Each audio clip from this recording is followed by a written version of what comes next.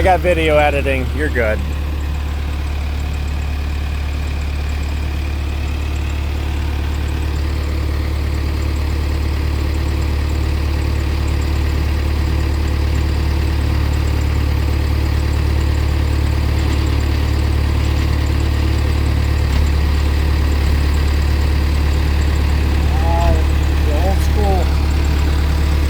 Oh, yep. I remember now. We either got to put these down.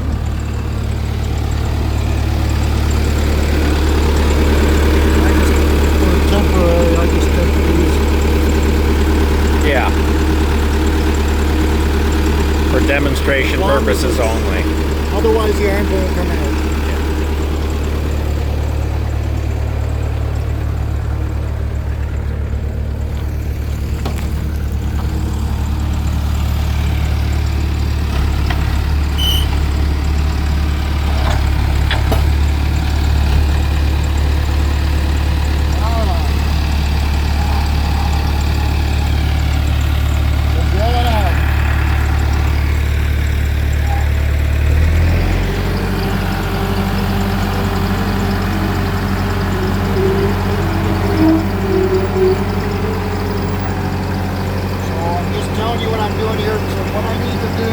Because there's no ground pressure on the rod, this is not in the float position. This will all be pushed back right now. So I'm trying to get it to go back. And I don't have enough ground pressure. So what I'm going to do, this is just when I'm above ground, not while we're in the ground. I'm going to turn this on. Get everything floating. That'll make a difference how far you go forward. I would have been another 2 inches back, and we don't need to do that. So when you have ground pressure, you will see that gap. Yeah, if there's ground pressure, it pushes everything back. There's going to come to a stop. Nice. Now we have to take the float. We have to take all this plane back so that we have room to unspin or unthread that right there. You can see it floating. As you see it jumping, pull out. We have a grease bucket here. Grease that thread every time it goes by empty. Take it all the way back until the indicator, you'll know it as you operate it. I don't know it on this machine, but you'll see it stop. Once it's all the way back, now you can bring that new rod out. The rod button's over here. The common thing with these, DB Blaster, WD-40 on the slides on the bottom of those. A lot of times what we'll do, it's been sitting a while, is we'll put it on the last row, we'll take them all the way out, we spray it with WD-40, we work them back and forth, it makes a huge difference. Okay. Alright, now that it's out in the low position, you need to come forward, but anytime you go in and out of a rod, you're always rotating. So you'll see me pull the rotation, because I want to corkscrew into the thread. We don't want to force them into it. Okay, so as I come forward, I don't know this machine because I've been operating it. There's always a point where you know that you're started in the back and you're started in the front. You do not want to spin on the rod motor eyes. You want to get rid of those before you start spinning. So I need to be prepared for that. So right now I need to lift my rod up so that after I start this joint makeup, I can take those out. So I know that I'm in there right now, so I need to get rid of the arms before I start spinning. Now I can finish rotation, and as you make it up, it's going to want to pull the rod back, so you may have to bump it forward a little bit so it starts in the front joint. And how will you know if it's doing it? Watch this indicator, and you'll start seeing it move forward. So I'm going to bump it forward. Bump it forward. Okay, now it's taking off on its own. Okay, take it all the way till until you hear the grunt. That's the torque limit. I release the front vise. Now I can drill out this rod.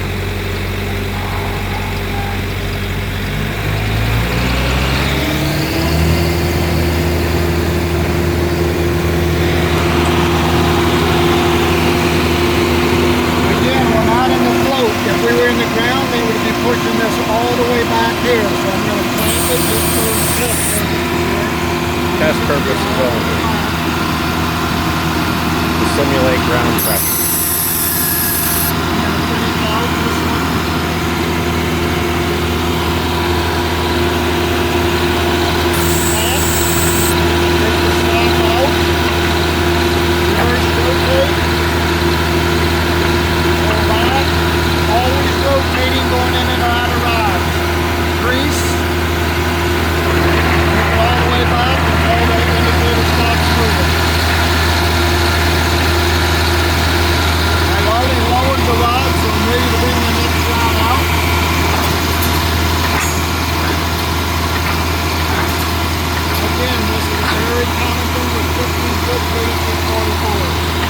Machine rod sliders. Straight. They get pound in there. A lot of times even wetting the rods down makes a difference. Even water will make a difference.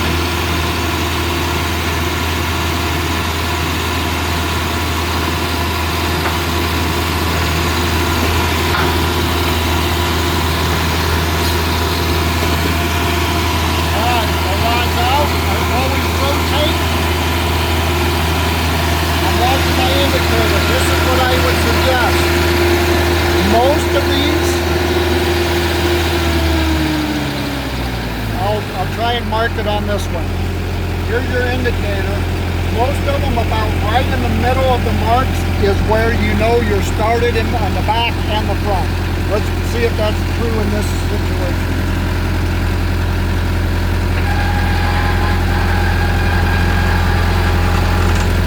It's actually a little bit more on the forward side. So now we're looking at that. You know if that indicator is somewhere in here to here, you can get rid of those arms. So stop what you're doing so that we're not rotating on the rod loader arms. Get rid of your arms. If I take the arms back right now though, they're going to drop the rods into that slot. We need to be up in the, air first. Now take your rods back. Now lower it. Now I can finish the rotation. Got to bump forward a little bit.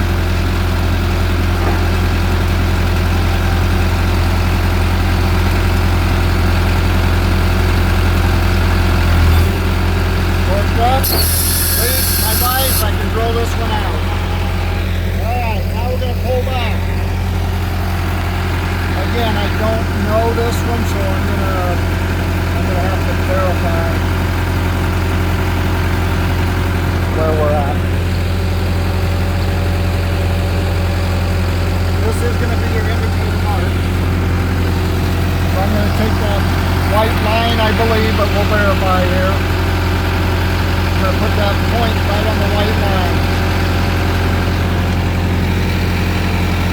That is correct.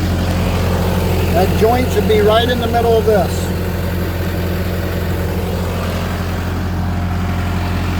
I'm going to clamp the front, I'm going to clamp the rear, and then I'm going to rotate. I'm going to unclamp, unrotate. That broke the joint. I'm going to reverse rotate. The arms are not out at this point because I'm having to rotate. I do not want to rotate on the arms. We love people that rotate on the arms because we replace a lot of parts. No rotation on the arms. So for any when you see reason. it start jumping, now you can pull back to your second mark. This sometimes can be jumpy and tricky. It's all getting used to it. I'm going to just verify. It is important to be on this mark exactly. There's a void in the vice jaws. You got about 1.5 inches. If you're not on the right area, you're going to damage the front portion of your drill rod. So I need to go a hair back further. I probably do a little bit. I can see that now.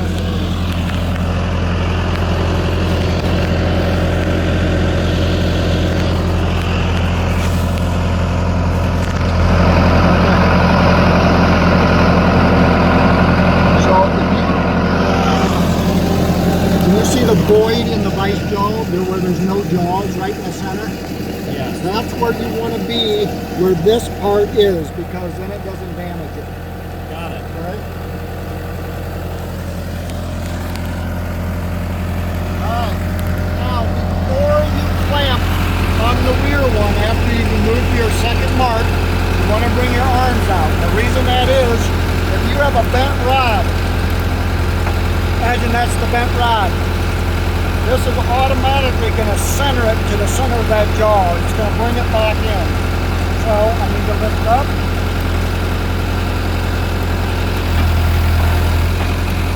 It's kind of being bent right now because it stayed there. I was trying to make it stay over there. So now if I bring my rod up or my arms out, it centers it where it needs to be. Okay? Now you can clamp on the rear.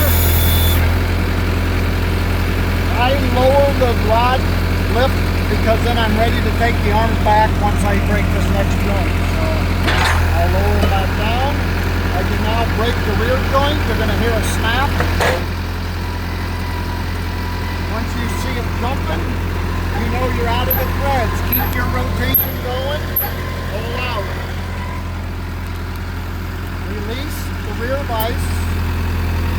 Arms back in.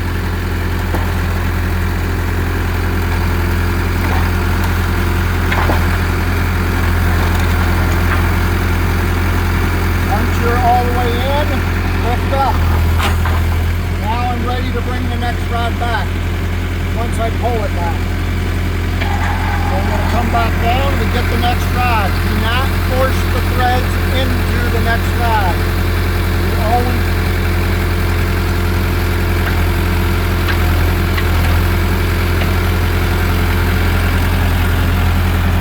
It always gets grease every time it goes by empty. I don't have a grease gun, but there's still enough on there, I'm not concerned.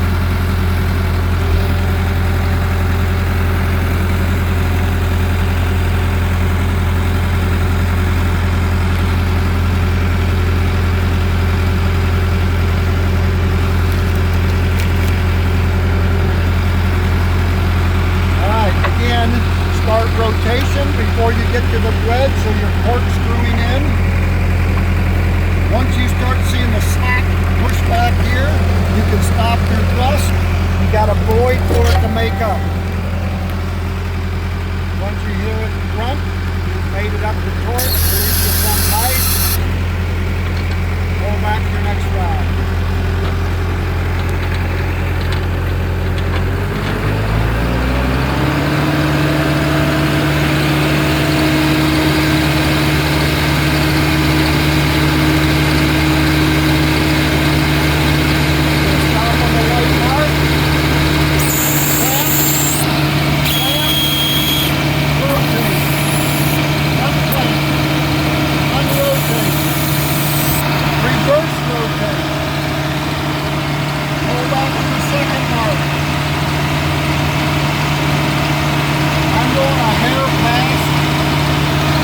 On the forward side of it, so I think before we leave, I will make another mark a little bit further back on that. Alright, before we clamp on that joint, what do? We bring the arms out to center it. Roll our rod, rear vise, break the rear joint. Pull out. Rear vise, take the rod back in. Once you're all the way in, raise it up.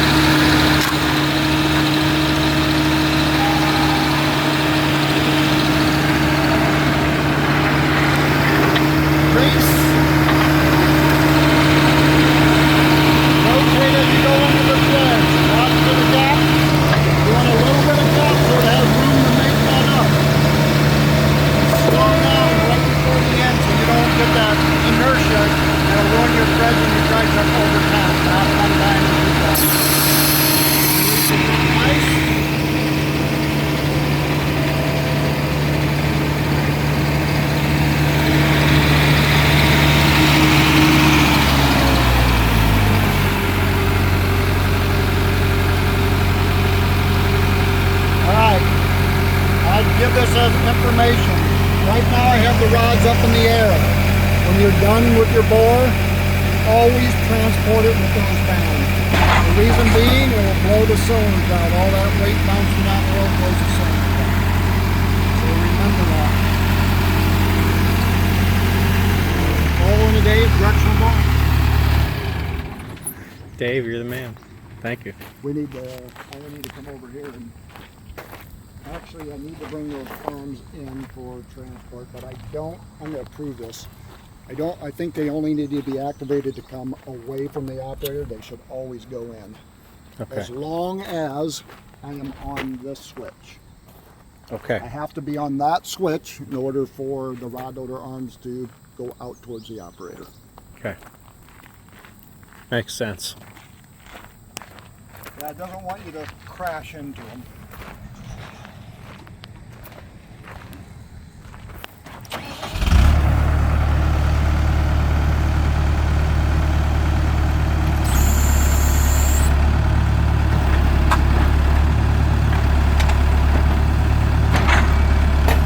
And that is the transport position properly.